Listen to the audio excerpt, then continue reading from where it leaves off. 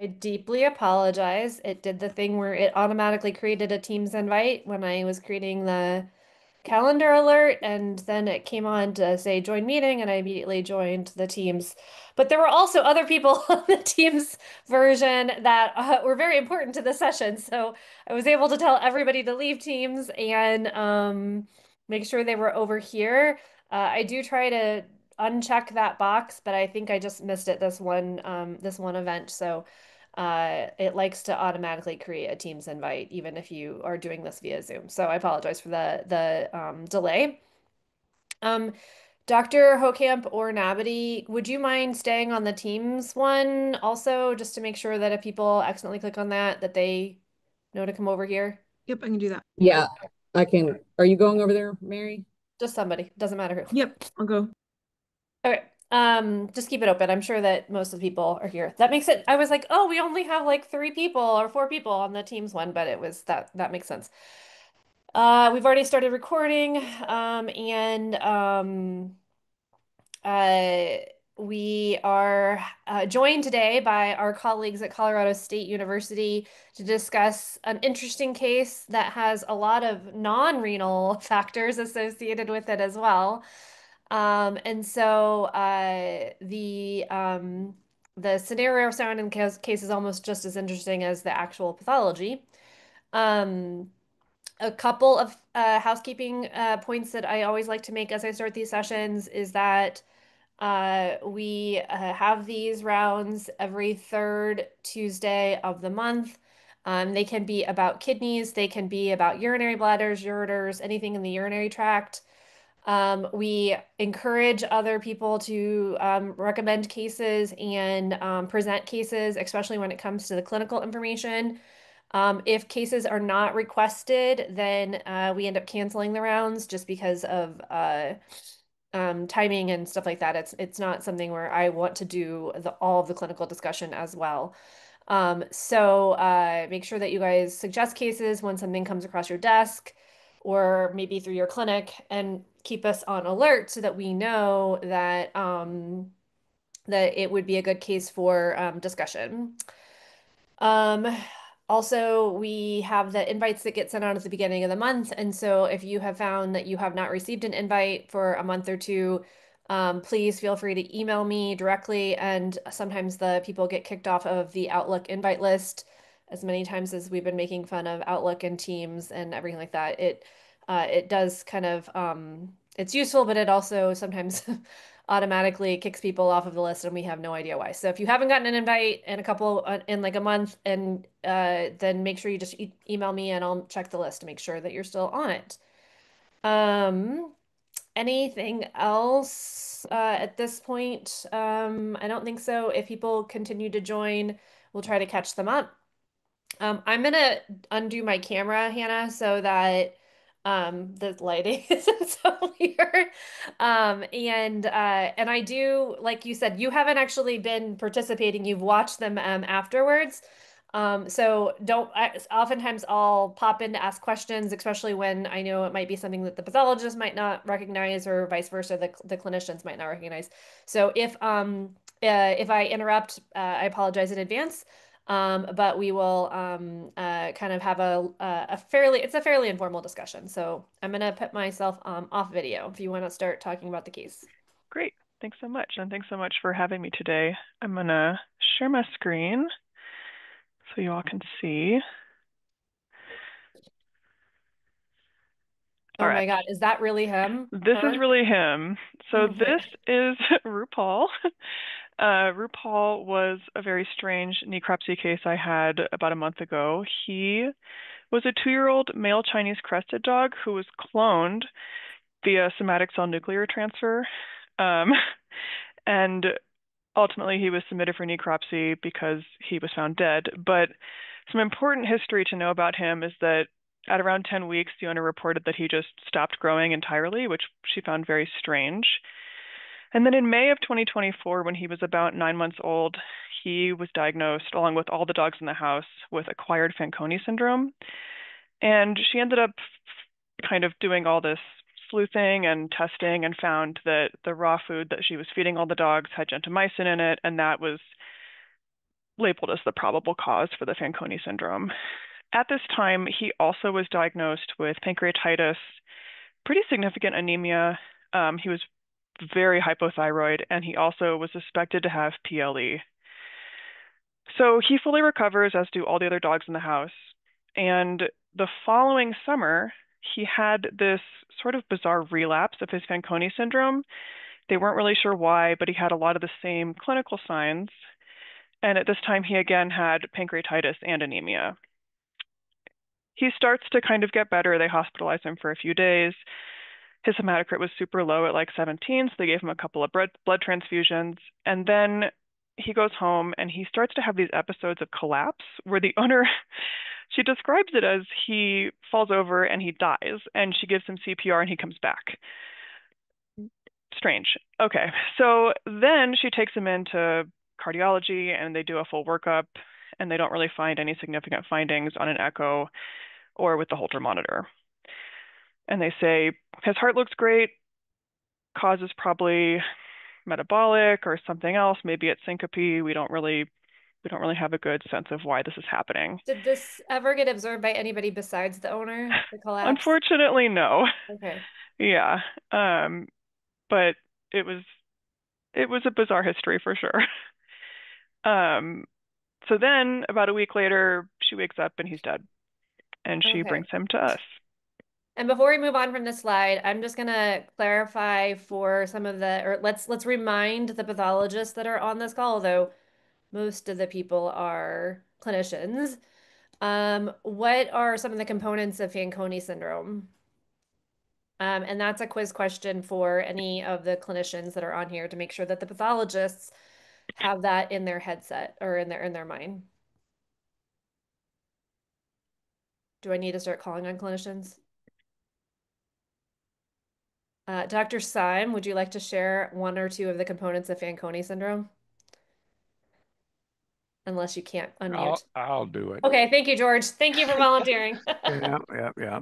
One of the leading and indicators that's encountered very frequently because it shows up in routine lab work is glucosuria despite a blood glucose in the normal range, so renal glucosuria. And what is also true is that the proximal tubular that produces the glucosuria also produces other wastings of things that are ordinarily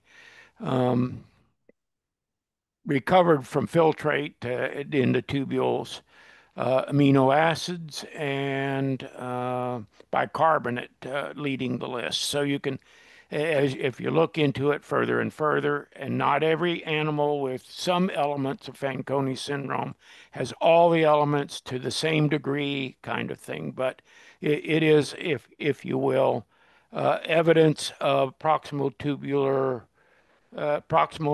convoluted tubule dysfunction, and it can have, born with it, things like in Basenji's, it can be acquired with toxicities, and it empathic.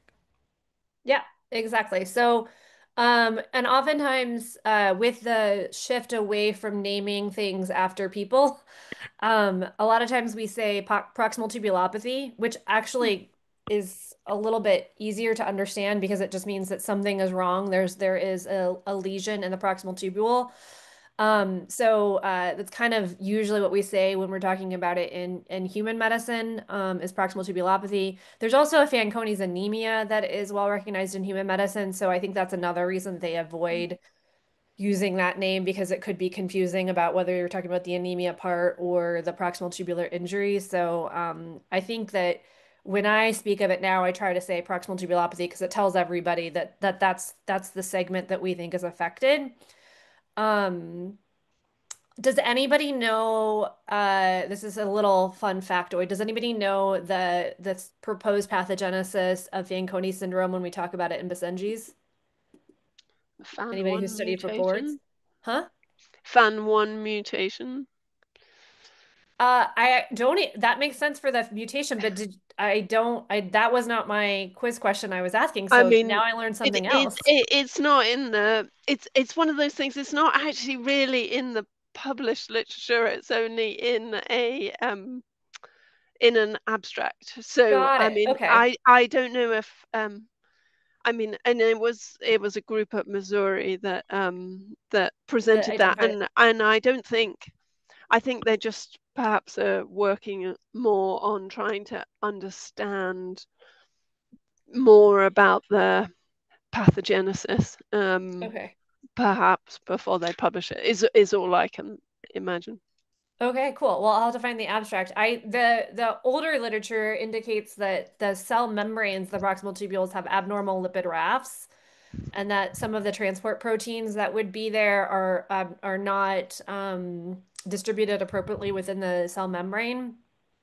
But then we would have to tie that, I guess, to the mutation and how that might associate with the formation of the apical surface cell membrane. But I think it's quite controversial because there are also suggestions that it might be a mitochondrianopathy and a generalized sort of lack of energy synthesis for okay, all the metabolic processes that the proximal tubule is responsible needs to for, do. although most of this information has dropped out of my brain in the last week. Was that part of your little quiz you had for your quiz for your becoming a board certified nephrologist? It may have featured. Okay. Okay. So sounds interesting. So we've got this dog who has proximal tubular injury. It's interesting. How did she identify the gentamicin contaminated food? She ended up doing, I think, a bunch of mass spec through our lab to figure out what it Oh, was. Yeah. okay. And did she figure out how the gentamicin got into them? Was it, I mean, you said it was a homemade diet, so was So it, it was not homemade, it was a oh, commercially available raw food diet. oh. So Yeah. there might be other dogs that had this exposure. Yes. Okay. Yes. Um, Interesting. mhm. So that's like kind of a separate thing, but I think it's important to know because of the strange relapse he had about a year later. Okay. So, any other questions before we talk about what we saw at necropsy? No, I mean, does any of the clinicians have questions about this case? I guess I could, I mean, also throwing out like we never had azotemia, correct? We do later on. Oh, okay. When did that happen in this timeline and like the summer? So Oh, you got here, blood work. I Thank got you. you. Don't Thank you. worry. So when he was originally diagnosed, it was May of 2024. And he wasn't azotemic at that time, but he had a bunch of other abnormalities. He was hypoglycemic, hyponatremic, hypomagnesiemic, anemic.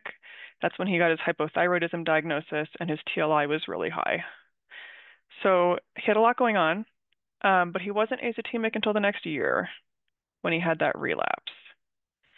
And at that time, his BUN was 62, and then eventually climbed to, or ended up staying around 59, and his creatinine went up to 2.8. And so in this time period, they were doing, I just took like kind of like major time points, but there was a series of like daily blood work from like 8.2 to 8.4, and his hypokalemia kind of ranged from 2.4 to 3.4. I put 3 here just to kind of give you an average, but it was going up and down quite a bit. At this time, he was also pretty acidotic, and he had this elevated SDMA. So he had a lot going wrong at this time. All right, questions about labs, or can we go to necropsy? Did you have a urinalysis to see if there was proteinuria as well, or? I can't, so I have like 200 pages of medical Oh, records. dang. Okay. And I didn't find one from this most recent 2025 time period, but he did have one from May of 2024, and he did have proteinuria at that time. Okay. Okay. Yeah. It's not a super organized file, unfortunately, but I combed through the best I could and got Yeah. as much info as I could out of it. Okay. Any other questions from the clinicians about ClinPath or the clinical pathologist as well, I guess? Yeah. I just liked how the creatinine on May of 2024 was was 0.2, which is probably what this dog's creatinine was normally at, given the size and smallness of it. Yep. Yeah. He was tiny. He was a little guy. He was only 1.5 kilograms, so Okay. very small and also quite thin. The point there is that 1.6 is probably a substantial azotemia in this dog in July of 25. Yeah. Yeah. STMA is 40, the BUN 60, creatinine, if you look at most labs, is, sort of, but that's way big for this dog. Okay, let's go to the pathology. All right, I'm going to give you just a brief overview of all the gross changes, and then I'm going to show you our kidneys.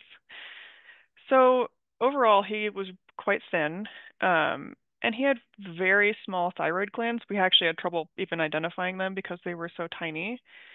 He had this brachygnathia inferior, which is that shortened lower jaw, and in his mouth, he had almost no teeth at all, and the ones that were there were super loose, and we could just remove them manually. His liver was a little bit big, but I imagine that this percent of body weight was somewhat skewed given how thin and small he was. He was an abdominal cryptorchid, and then he had this very small round hole in the caudal aspect of his hard palate that communicated with the nasopharynx. All right, let's look at our kidney. Oh, sorry. Before we get to the kidney, so that wasn't like a cystic length pouch or something causing It didn't dwarfism. seem like it. We didn't quite know what to make of it, honestly.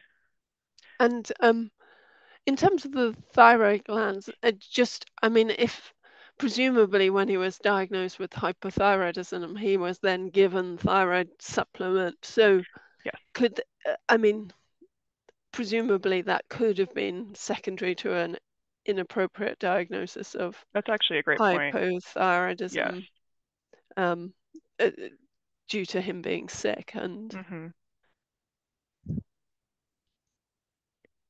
okay, that was all it. Right. Kidney? Yeah.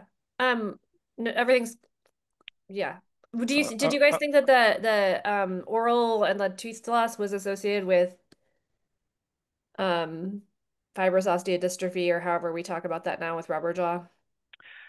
So interestingly, I didn't really appreciate the bones of his mandible to be abnormal. It just was the teeth and that weird hole. In reading a little bit about cloned dogs, they can sometimes have enamel hypoplasia, and that can cause periodontal disease. But that was like one very small case report I ended up finding. So, and the commercial raw diet, is it reputed to be balanced, or are we talking about going back to the all meat diets that cause nutritional secondary hyperparathyroidism and in years that are long ago enough that it takes a 77-year-old person to remember them? So unfortunately, I don't know a whole lot about the raw food. Okay, but that's it's fine. Apparently made by some large company, and I don't know about the balance of the diet. I would speculate that the diet was probably balanced. This client has a lot of doctors that she consults with and is pretty invested in her dog's care, and so it seems like she would probably have checked, but I don't know. Yeah. All right. Thanks. Okay. Can you all see the slide? Cool. Yep. Awesome. So we have some other stuff on here too, but here is our 2 pieces of kidney.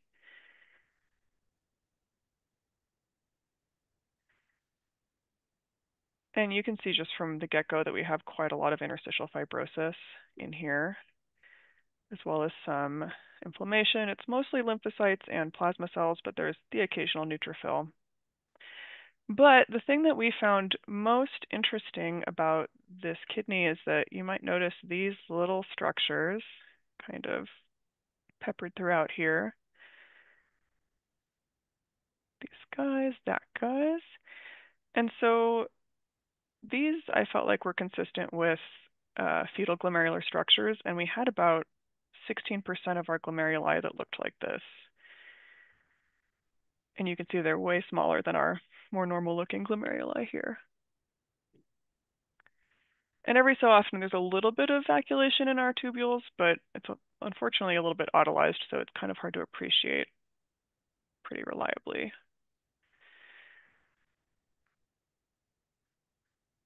All right, so then we did a trichrome. And you can see again that there's just a bunch of interstitial fibrosis here in blue.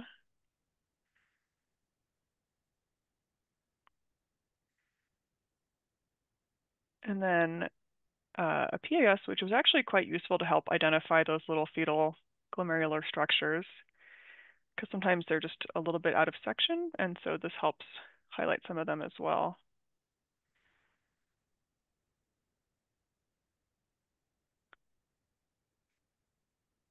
So when the gentamicin exposed food happened, how old was the dog at that time? Like a few months? He was 9 months old.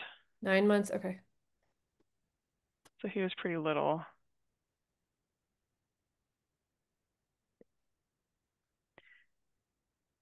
And what was the But at that postmortem? age, his nephrogenesis should have Should have been been complete, completed. yeah. Yeah. And what was the postmortem interval or between? It was unfortunately about 24 hours. She drove Got it. from Vegas to Colorado to bring him to us. Got it. Okay. Yeah, I'm not really sure what to make of those tubules. Even with autolysis, it still looks like a raggedy. Yeah, I mean, they don't look almost, good. yeah. The dog wasn't frozen or kept like super cold in between, right? So I am not sure. I don't think he was frozen, but I think she packed him with a lot of ice for Nice. shipping, and so I do wonder if that is playing a role here as well. I think there's some of that basophilia might be mineral, and I think a Von Casa would be, or alizarin red Okay. would be interesting for this Yeah. case. Um, I don't like, okay, so if you look at the tubule that's kind of at 9 o'clock that's going off into the left side of the This field, guy? yeah, like even autolysis shouldn't have those kind of well-defined vacuoles in some of the epithelial cells. Yeah. These. Um, so I agree. This would be so much easier to interpret if we knew a fresh case that didn't have any kind of fixation, but this still looks strange to me for just autolysis. Yeah. I totally agree. There's too many fetal glomeruli. That being said, you said 16%, correct? Not Mm-hmm. 60, correct? 16. Yeah. 1/6. I mean, I don't know if he like a small dog that size probably doesn't need the full complement of glomeruli. And so oftentimes we'll see, I don't know, some increased, or we'll have fetal glomeruli in a 10-year-old dog. If it's a Yorkie, it's probably would have been fine. We don't have in the literature a specific cutoff of this amount of fetal glomeruli is acceptable. And Mm-hmm. like I said, it would be associated with the size of the dog. Um, you can't lose that many, you can't lose 16% of your nephrons if you're a Great Dane because you need all of them. Yeah. But if you're this small, like would the fetal glomeruli still have, like just been a incidental finding when he was 10 if he had died of something differently? Mm-hmm. It's very possible. Yeah. So one thing that we look at when we're worried about abnormal nephrogenesis is there compensatory hypertrophy of the rest of the nephrons? Mm-hmm. And so then we start to look at the other glomeruli to see are they compensating for the fact there's too few glomeruli? Um, and the annoying thing about size of glomeruli, again, we don't have specific controls and we don't have breed associated controls either, or I guess Yeah. reference ranges for how big they should be. Um, some of these, thank you, Hattie. Some of these are, thanks, uh, are within the normal range. We often think that in other breeds they can be about 100 to 150 nanometers in cross section. Okay. And so most of these fit with that. And not only do the glomeruli undergo hypertrophy, but the tubules should have to undergo hypertrophy as well. And so then you'll see really like prominent cell, like the cells will be very, very large. They'll almost kind of be tombstone shaped.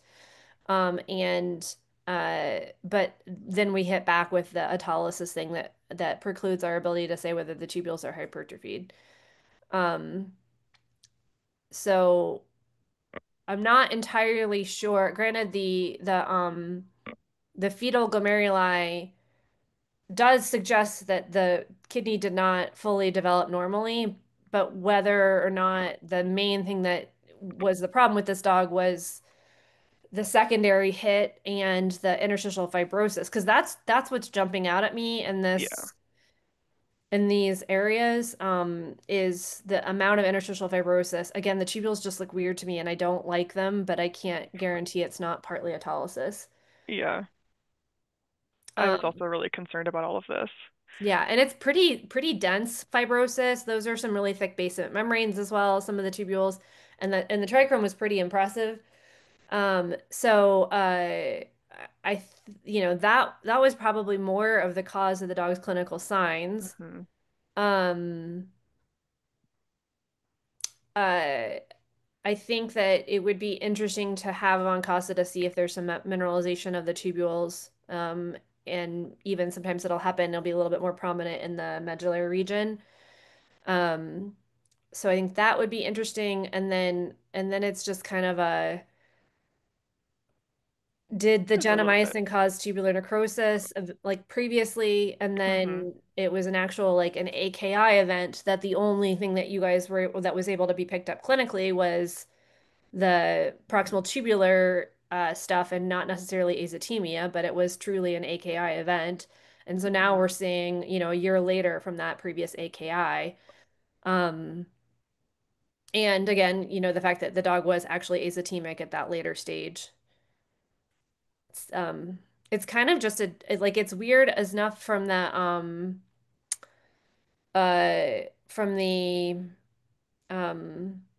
how do I want to say this? Like a lot of it looks like just normal chronic kidney disease. Granted, it's a 2-year-old dog, so that would be excessive for a 2-year-old dog. But Yeah. the I just don't know what to think about those tubules. I don't like the fact that they have vacuoles in them. Becca, I saw you put a chat text on. Let me see what it says. What do you think about the owner reporting paucity of growth? It coincides with the AKI as well. Well, I thought it was 9 weeks when he stopped growing, but 9 months Yeah, whenever he had the gentamicin. that's correct. Okay. So maybe that was, It might be more the hypothyroidism. I mean, um, there are hypothyroid dwarfs, if I'm not mistaken. Yeah, but then they should be disproportionate, and he didn't look very disproportionate, did he? Okay. and I defer to someone who knows what they're talking about. and the whole, this is not, I think you had mentioned in the email, this isn't the first clone dog she's received from this company that That's does the correct. cloning. This is the second one. Was this a clone of a clone, or was this from the previous? I don't know. I was thinking about this morning, actually. I think it's from the original, but I'm not certain. Okay. Has anybody else, I mean, I know there's not that many histopathologist people on here, but has anybody else looked at pathology of the clone dogs? Have we done a study of that yet? No. Has anybody treated or managed clone dogs in clinics? Anyone? Um, are you guys doing cloning in the UK, Hattie, or is it like illegal? Well, Dolly the sheep were Oh, okay. infamously was from the UK, Scotland, Yeah. and one of my friends was Dolly's vet, but Dolly was a lab animal. I'm not aware of people having dogs or cats. I think it's somebody in Texas, isn't it, that's doing it in small animals. Well, Texas A&M was one of the first places to clone a cat and maybe a dog and things. There was an active program. I the they looked after them themselves. I don't recall the the subjects being patients in our hospital. I don't know that. I'm sure they studied them. It was sort of they were a unit to themselves with regard to the science of making them and the science of and results of the observation of them. But Dewey Kramer was one of the leaders of that and lived with that uh, the cat for a long, long time. It seemed healthy, but one wonders about what goes wrong or can go wrong sometimes when you're not making them from scratch in the ordinary way. I think Yeah, so. There are commercial companies now that are doing this. This isn't yeah, just okay. yeah. I And think, it I mean, at this point, kind of going back to cloning versus regular dogs, I think one of the owner's big questions is, was this dog not set up for success because of the cloning, or is all of his various comorbidities and ultimately his death, is that related to the Fanconi syndrome? um so how do I want to say this? I think that there are multiple different uh diseases that There's this no dog single had. explanation for the whole thing. Yeah, Yeah. I think so too. Um the the hypothyroidism at that young of an age is strange. And did the thyroid glands have thyroiditis, or were they just fibrotic or just atrophied? They're really atrophied, and then there's this very small single focus of lymphocytes. Okay. That's it. And it was truly like always, sorry, I mean, I know it was diagnosed at the same time that the Fanconi's kind of appeared, but it wasn't like once that resolved, the dog was still has had a low T4 even after kind of getting back to normal. I don't I don't Yeah. have records that show them retesting a T4, but I'm sure they did because he was seen so many times by multiple clinics. Yeah. And you said there's via email you had mentioned there might be something about a lawsuit as well associated with this case. So she is suing the raw food company with the gentamicin. Oh, So it's okay. kind of Okay. I think I separate from this misunderstood on the current email and was thinking thing. that she was suing the cloning company, but then she was also trying to get more dogs cloned. Okay. She, I think, may accept a settlement from the cloning company because when she informed them that RuPaul had died, they offered her money immediately. Okay. Um, oh wow. Okay. Yeah, it's interesting. Um, yeah, so I think I will say being a group that sees a lot of kidneys, hmm we don't have experience with kidneys from cloned dogs as of this stage. I can say that I was not aware that there was gentamicin contaminated food in being sold to the public. So that I hope if it did affect other dogs that there is some kind of alert about it. And it sounds like it's not something the company decided. She did all the analysis herself to hmm find out that there was antibiotics in the food that are nephrotoxic.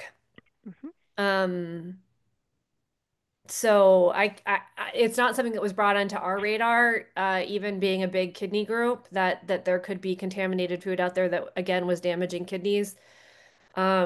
Some of the things that we see associated with like true gentamicin nephrotoxicity when it's actually the drug administration are abnormal proximal tubules, vacuoles, and the tracheal tubules. And a lot of times we're seeing those in like experimental situations, so the hmm histology is beautiful. There is interstitial inflammation, there's interstitial fibrosis that's quite widespread. There are fewer than normal full-sized glomeruli, which was pre-existing that would have been from in utero to neonatal development. One thing I'd throw in from, if you think about it from a sort of a morphometric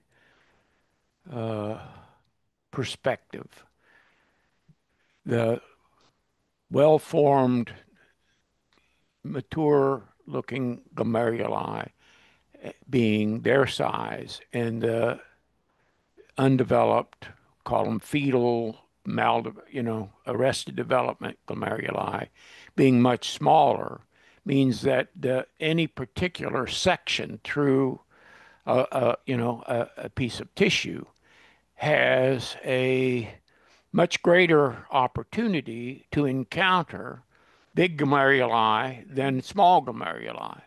So in terms of percentage, 16 versus 84% or whatever, it's likely that the true number of fetal glomeruli, if they are, uniformly distributed, would be higher, and the proportion of normal glomeruli of all such structures would be lower than the 16 to 84. Yeah, so like if you had done a digestion and then counted and then like did a glomerular sieving thing to actually catch all the glomeruli, you would have, you're right, there would be more smaller, the percentage of smaller immature glomeruli would go up based on that. Just based yeah. It's like, slicing through Jello with, something, plums and grapes in it. Okay, Yeah. You're going to hit more plums than grapes. But okay. Yeah. Um, So I guess we could at least give you that piece of information that it's not something that we are aware of as being made aware of the food. I'm not seeing a lot of biopsies from dogs that are coming through with proximal tubular injury and then finding out they were on a raw diet. But now I'll ask that question, obviously, if it's more of an AKI issue as opposed to a proteinuric kidney disease issue. Um, so there's that information for her to at least share that. And it would be interesting. I'm assuming at some point we're going to have to do a pathology of cloned dogs as being like an actual publication as well. Do you guys see a lot of cloned dogs in Colorado? I mean, you said she's from Vegas. She's from Vegas. This is the first one I've ever seen. Okay. We always had to do things like when we were at where we would have to take the samples then to give to the client so that they could take them off to clone the dogs, but I never saw the outcome, I guess. Yeah. Um, so One final thing to return to with, Mhm. though, regarding the fetal glomeruli and things, the other part of this is that the idea of nephron paucity in this dog, if I was going to add that too, yeah. it was functionally significant, one would expect by the time he's, what, 2 years old or something like that, if it's been there all this time and whatnot, there ought to be compensatory hypertrophy evident in the mature glomeruli that have, as surviving nephrons, been taxed with the greatest opportunity for hyperplasia and hypertrophy and whatnot. And we still don't really have a very good explanation for the extent and distribution of the interstitial fibrosis. So, and kind of along the lines with that, so oftentimes when we've collected a lot of these now, of these kind of maldeveloped kidneys, I think maldevelopment can have multiple different pathogeneses, but one of the most common ones and probably the easiest ones for us to recognize is that it happens at the stage of the ureteric bud branching. And so oftentimes we'll see that it didn't branch appropriately. It didn't maybe divert, and they're supposed to branch dichotomously and then spread throughout the rest of the mesenchyme that's going to make the rest of the kidney. So not only in our samples that we collect, we see fetal glomeruli, immature glomeruli, we'll see compensatory hypertrophy of the remaining nephrons, but we'll see large swaths which don't have any tubules It's usually kind of like at the medullary region or the corticomedullary junction. And so we'll see, a 2 or 3 40X fields that have maybe one duct.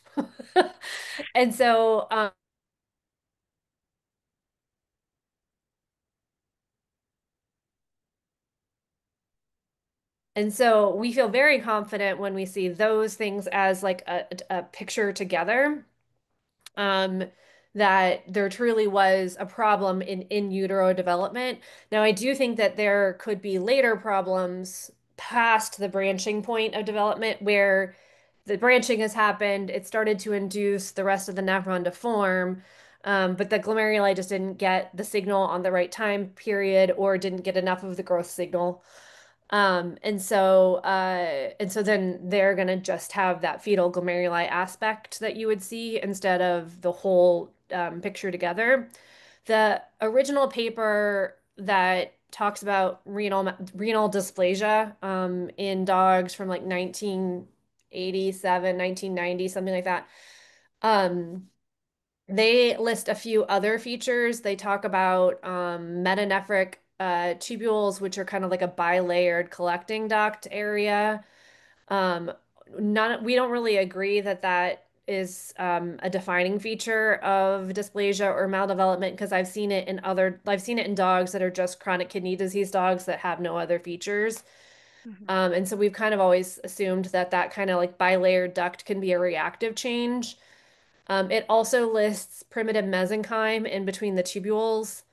And so as a group, when we were looking at these things from our WSAVA characterization study, we weren't including those types of diseases. But even that group of pathologists that looked at a lot of kidneys, like we all had different opinions of what primitive mesenchyme should look like. So like I thought it should be like loose connective tissue, kind of hazy blue, maybe some spindle cells. But other people were like, that's not what I would call primitive mesenchyme.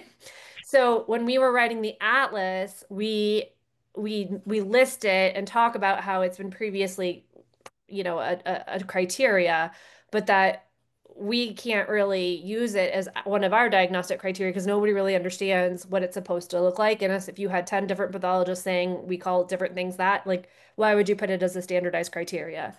So I think we all were convinced of abnormal or small fetal slash immature glomeruli and then regions that lack ducts. Um, I often also comment in these cases that the fibrosis, the collagen that's there, like there's no collecting duct, there's no tubule, so there's collagen there. But it's usually uninflamed, so it doesn't look like scar collagen because, and oftentimes since we have the same stains you guys do, you show here, like you have the collagen, but you don't have the remnants of the tubular based membranes. The PAS can still pick up the remnants of, hey, there were tubules here and now it's scarred. Yours looks like scar and not like hey, there were never tubules here. It looks like there were tubules and now the tubules have undergone atrophy and you have fibrosis secondary as opposed to having always just been collagen in that location. Is that making sense to anybody or did I just ramble on for okay. So although you have some features that the kidney did not fully develop based on the number of fetal glomeruli, this dog probably could have lived with that number of glomeruli for quite some time, especially being a small breed. Yeah. But then maybe the second hit, and also, hey, the gentamicin contaminated food, it's very possible if it had been able to digest and had a normal number of functioning glomeruli, then maybe we wouldn't have had, the tubular injury that happened in this particular dog because anything that was filtering through that fetal glomerulus wasn't going through a tubule, so it probably did accidentally collect a little bit more in the functioning nephrons. So that gives a whole nother factor too of like, well, did the number of fetal glomeruli impact how the gentamicin was excreted? And if so, did that allow it to collect in some of the actual functioning nephrons? So that's a lot. Any other clinicians that have questions or comments about this? Um, pathologists that have questions or comments? Dr. Cooper, I know you live in Boston area. Do you see any cloned dogs? I'm trying to think of like places that are fancy. I have never seen a clone dog before. Okay. Um, yeah, so um I don't know what the next dog is gonna do. I guess when she reclones her dog, um, it might be of interest to take a kidney biopsy. Although it's a very small dog, I don't think I would just grab a kidney biopsy for no reason from this dog, Yeah. from a small breed. But I'm going to recommend to her that she not try to reclone off this one, yes, I just to be agree. safe. And we do have a comment too. I'll consider raw diets for AKI tubular injury. I agree as well. Like it's not something that I had been thinking. I think it's really important to understand that we don't always know what's actually in the dog food, especially when it's raw food and we don't know like I mean any even processed dog food and dry dog food has risk, but I will add that as my list as well. I would say I would not do EM on this. It's too far autolyzed. Yeah. I think the only other thing I would probably add for this would be Avant Casa. Hmm. Um, and and it's weird the thyroid glands being small but having mostly, if he was on the supplementation, Hattie Symes right, like it very well could be that that's, secondary suppression as well. Yeah. Um, so interesting. And everything else in the dog histologically was fairly normal. You said the liver was big, but it was probably because of low body weight.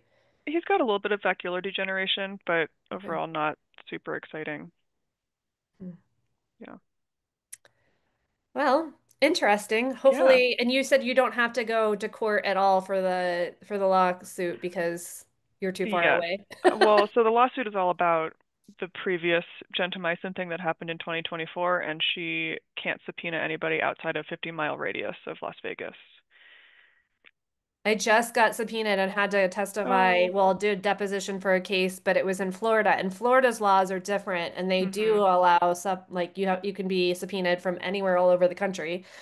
And I didn't realize that it is state to state, so Yeah. it's a little bit better that you guys don't have to go and do the. I mean, does your pathology report go into the record? But it's just or your I don't know. The other thing is the timeline of that lawsuit. I think it was wrapping up when she submitted RuPaul for necropsy, so I don't know if it is already so closed. that was already ongoing. Yes. Oh, okay, okay, interesting. Okay, well, keep us updated and see if there's Yeah. how the next puppy comes. It is a very cute dog, so Yeah. He's and a bit of a social media star also, and so that's another reason.